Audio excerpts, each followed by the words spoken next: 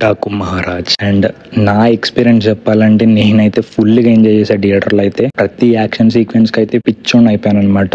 ఆ background score, ఆ బాలయ్య గారి స్వాగ్, యాటిట్యూడ్, అబ్బాబ్బాబ్బా మామూలు ఎక్స్పీరియన్స్ కాదు నాదైతే. మాస్ ఫీస్ ని ఎంజాయ్ చేసి వచ్చా. సింపుల్ గా చెప్పాలంటే ప్రతి ఒక్కరికి మూవీ లవర్స్ ఎవరైతే ఉంటారో బాలకృష్ణ గారి మూవీస్ ని ఎక్కువ ఎంజాయ్ చేసే వాళ్ళు ఎవరు ఉంటారో వాళ్ళకైతే చాలా బాగా నచ్చేస్తుంది అనమాట. మూవీ అయితే కంప్లీట్ మనకి స్టార్టింగ్ నుంచి టిల్ ఎండింగ్ వరకు కొన్ని యాక్షన్ సీక్వెన్సెస్ తక్కువ ఉన్నా కానీ ఉన్న యాక్షన్ సీక్వెన్స్ మాత్రం ర్యాంపేజ్ ఉన్నాయి క్లియర్ కట్ గా చెప్పాలంటే. అండ్ నేను చాలా రెగ్యులర్ గా చేస్తున్న వీడియోస్ లో కూడా మీకు మెన్షన్ చేశాను, బాబీ గారిది ది బెస్ట్ వర్క్ అవ్వబోతుంది ఇప్పటి వరకు ఆయన చేసిన ఫిలిమ్స్ లో. ఎగ్జాక్ట్లీ అంత బాగా డిజైన్ చేశారనమాట. ఇది కొంచెం రొటీన్ గా ఉండే స్టోరీనే కొంచెం డిఫరెంట్ గా స్క్రీన్ ప్లే పరంగా బాగా ఎగ్జిక్యూట్ చేశారనిపించింది.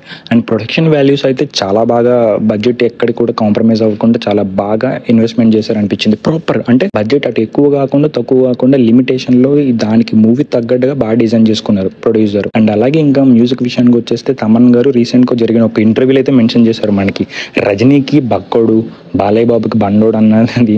నిజంగా చెప్పాలంటే బాలకృష్ణ గారికి ఆయన కెరియర్ మొత్తం చూసుకుంటే అటు సమరసింహారెడ్డి ఇలాంటి ఫిలిమ్స్ అన్నిటికీ మణి శర్మ గారు ఏ రేంజ్ లో అయితే బీజిఎం ఇచ్చారో, ఆ తర్వాత రీసెంట్ టైమ్స్ లో బాలకృష్ణ గారి ఫిలిమ్స్ అన్నిటికి back to back blockbuster music background score ఇచ్చిందంటే అబ్సల్యూట్లీ తమన్ అని చెప్పొచ్చు అనమాట. అసలు ఎటువంటి ఆలోచన కూడా అవసరం లేదు మనకి, ఎగ్జాక్ట్ గా ఇచ్చాడు అనమాట. ప్రతి ఎంత ప్రాపర్ గా డిజైన్ చేసుకున్నారంటే చాలా బాగుంది.